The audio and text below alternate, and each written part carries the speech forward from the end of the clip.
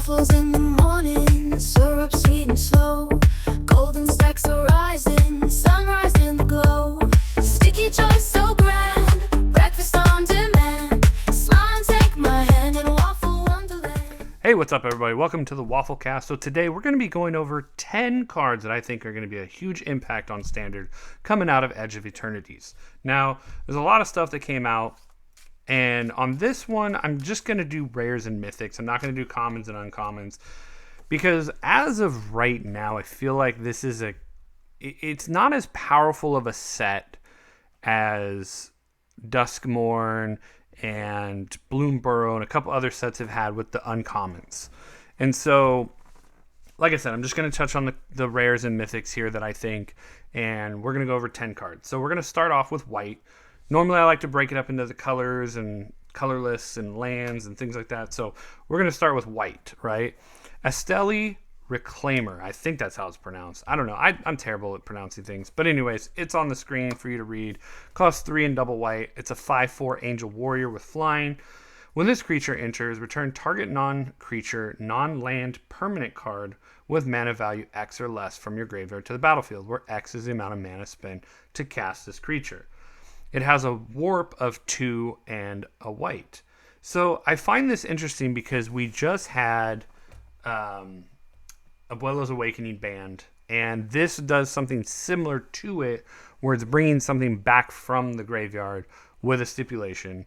Now, obviously, it's not as good as Abuelo's Awakening, but it does have some ability to be able to bring back, like if you warp it, you can bring back the synthesizer, Simulacrum Synthesizer. You can bring back a whole bunch of other stuff at the warp cost of 3, even the warp cost of 5. There's some stuff to bring back, and I think warp cost, the ability when you cast it for full 5. I think even to play a 5/4 haster for 3 mana seems pretty good too. So I think this card's going to see some play. I mean, you can use it to bring back a sheltered by ghosts, like all kinds of different things to really utilize, get in for a 5 attack, warp it, all this other stuff. I think it's going to be really good.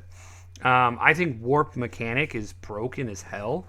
I think I think warp's going to cause some issues in Standard, and there's going to be some fun. I think it's going to warp the metagame. Get what I did with there? All right, so anyways, moving on to the next one. We're going to move to blue. So Emissary Escort costs 1 and a blue. It's a robot soldier, artifact creature, 0/4. This creature gets +X/+O, where X is the greatest mana value among other artifacts you control. I think this guy's really good for stopping aggro in a blue-white affinity shell, and it becomes a really big beater. If you're casting the Memory Guardians, this is now a 5/4 for 2 mana. There's a bunch of other creatures and artifacts that have affinity for artifact that cost a lot of mana. So I think this could be really good in a blue-white affinity shell for Standard. For Limited, it's a really good card. We just got a ton of artifacts and stuff through Final Fantasy, so I would not be surprised if this card, even in some kind of Azorius control shell, just to have a 0/4 butt, as a 2-drop to be able to stop the aggressive strategies. So I think this card's going to be really good. I think it's going to see a lot of play in the right deck. All right, moving on.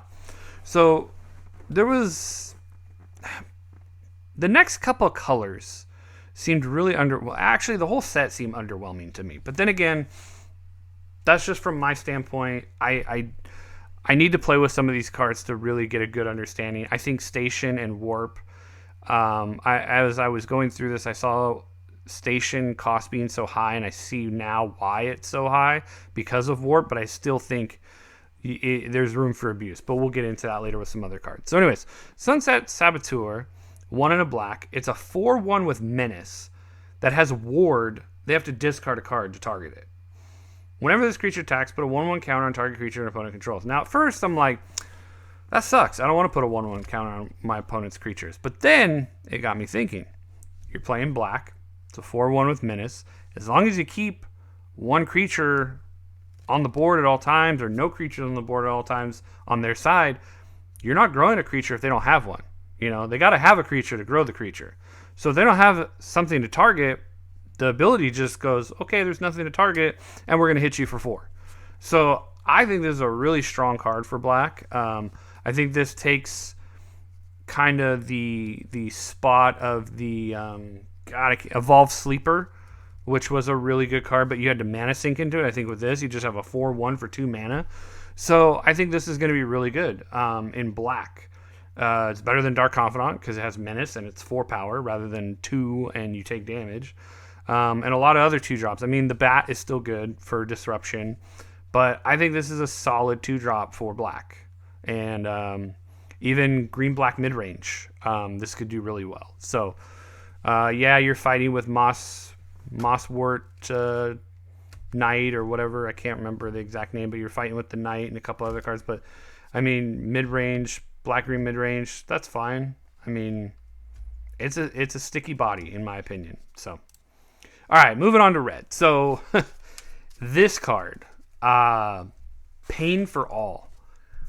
Well, this card could do some damage, and I'm not just speaking because it literally does damage. I'm just saying that when it's a 2 and a red, so 3 mana enchantment aura that you enchant creature you control. When this aura enters, enchanted creature deals damage equal to its power to any other target. Okay, so you put this on a pretty big creature, you can deal a lot of damage, right? But it also has, whenever an enchanted creature is dealt damage, it deals that much damage to each opponent. Obviously, this is Commander Gold, but we don't talk about Commander on this channel because Commander isn't a real format. I'm just playing. Everybody settle down.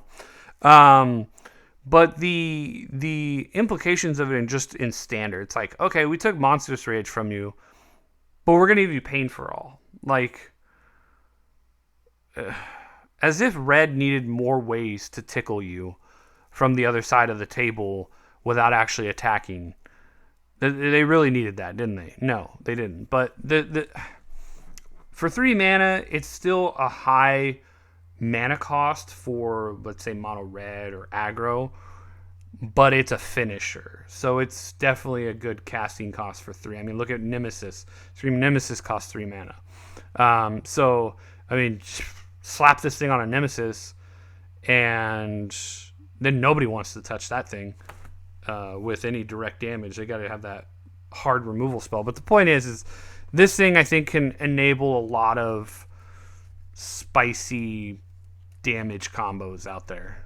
I have to play around with it a little bit more, but I think this card is going to be really good for red. Moving on. Frenzied Baloth. The power creep just keeps coming. Let's look at everything that is on this card. Like, this is wild. Double green for a 3/2 beast. The spell can't be countered. Okay. Trample and haste. Okay. Creature spells you control can't be countered. Okay. Combat damage can be prevented. Oh, that's a lot. I don't see any downside to this card. The only downside is you have to have double green to cast it.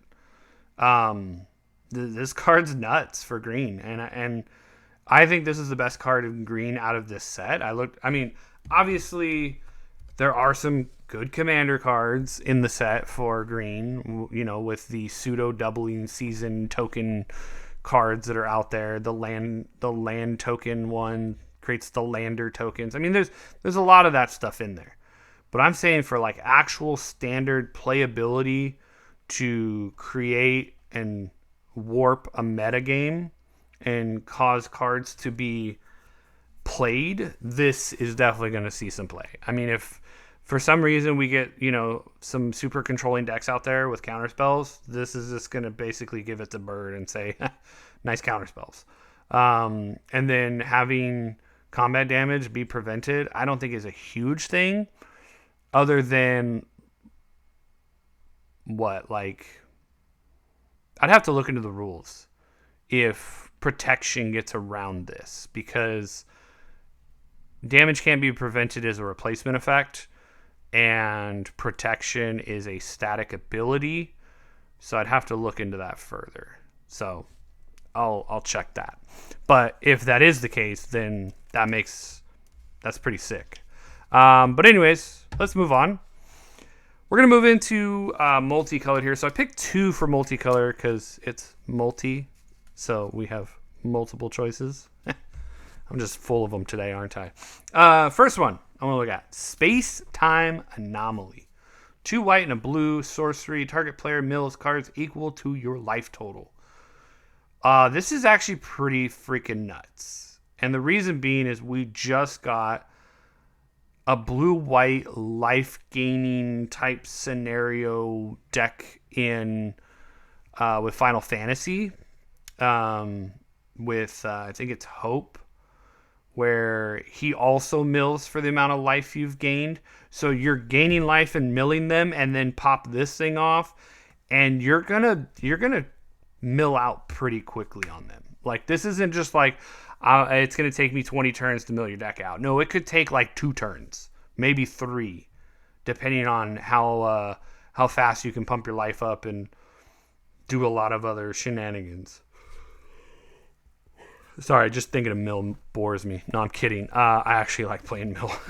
So I actually am looking forward to creating something with this and kind of tinkering around with some life gain mill.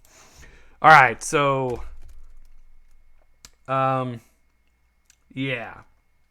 A lot of people have been talking about this card. Ragost, Deft Grastronaut. Red and a white. Legendary creature, Lobster Citizen. Rock Lobster, anybody? Artifacts you control are foods in addition to their other types, and have pay 2, tap, sacrifice this artifact, you gain 3 life. Pay 1 and tap, sacrifice a food. Ragost deals 3 damage to each opponent. At the beginning of your end step, if you gained life this turn, untap Ragost.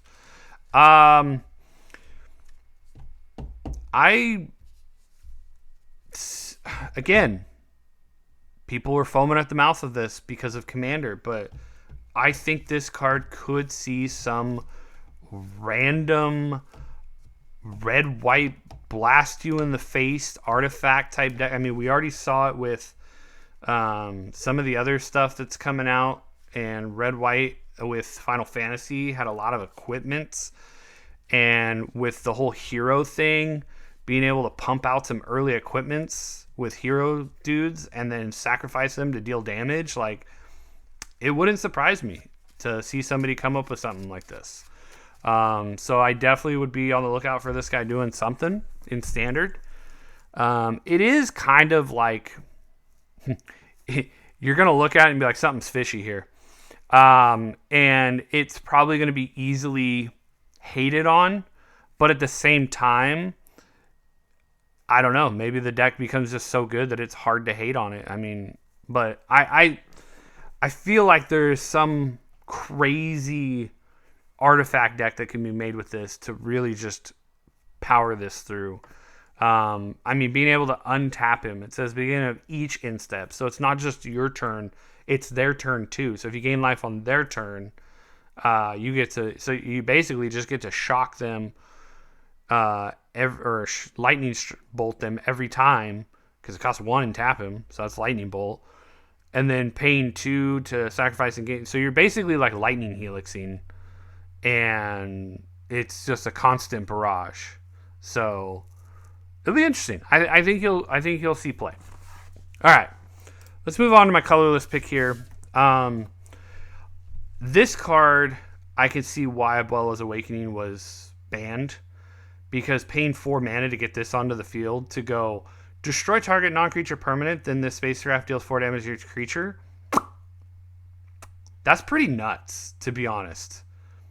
Like, it costs 8 mana, but to cheat this thing in for 4 and it'd be a 1/1 creature, yeah, that's pretty nuts. And then be able to get 5 station counters on it and turn it into an 11/11 would be insane. So yeah, I would just, I'm really glad Abuela's Awakening got banned, to be honest. But this thing, I think, is going to see some play. I think there's going to be some ways to cheat it in. I have to really dive into the card pool and see, but I'm almost guaranteed. I think I think there's one or two in Aether Drift that allow you to do it. I'd have to look at it again, but being able to bring back this for like 4 or 5 mana to just wipe a board, deal with a problem enchantment or artifact, and then just wipe the board, I think is really good. So, and then turn it into a 10/10 flying trampler. Like, not only does it have flying, it has trample. So you can't really just chump block this thing. You're taking some damage. I mean, it's in the name, Extinguisher. It's going to extinguish your opponent pretty quickly. So, all right. So last one here, we're going to look at these together because they are lands, right? We have Uthros, Titanic Godcore, and Evendo Waking Haven. So these are, in a sense, Tolarian Academy and Gaia's Cradle. I mean, let's call a spade a spade. That's literally what these are modeling. The only difference is you have to turn them on with the station mechanic. And being at 12, I don't see that being a problem, especially the Gaia's Cradle one, right?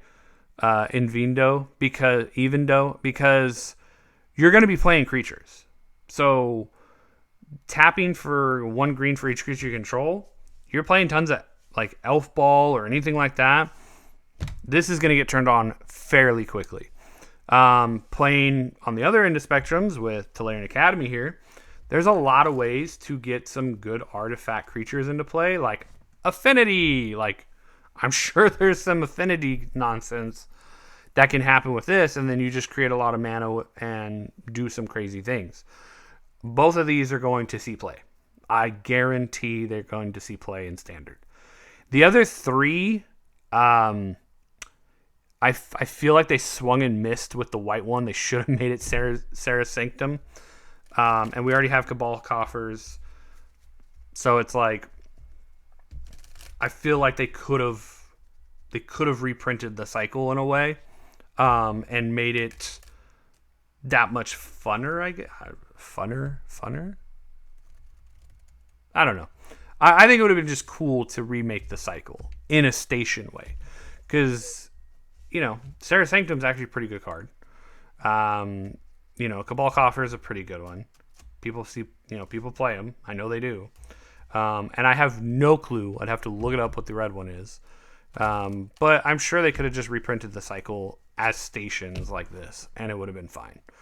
I mean, if you're going to do Gaia's Cradle and Tolarian Academy, the 2 most broken ones that are banned in Commander play and in almost every other format they can be played in, why not? So, but anyways, those are the ones that I think are going to make the biggest impact in Standard.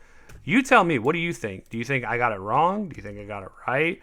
Do you agree? Do you disagree? I want to hear you guys' thoughts down below. What card do you think is going to make an impact in Standard that I may or may not have talked about? So I'd love to hear what you guys think. Again, I think this is a super underwhelming set, but that is my opinion. And you know what they say about opinions? Everybody's got one. But with that, guys, I'm going to leave you like I always leave you.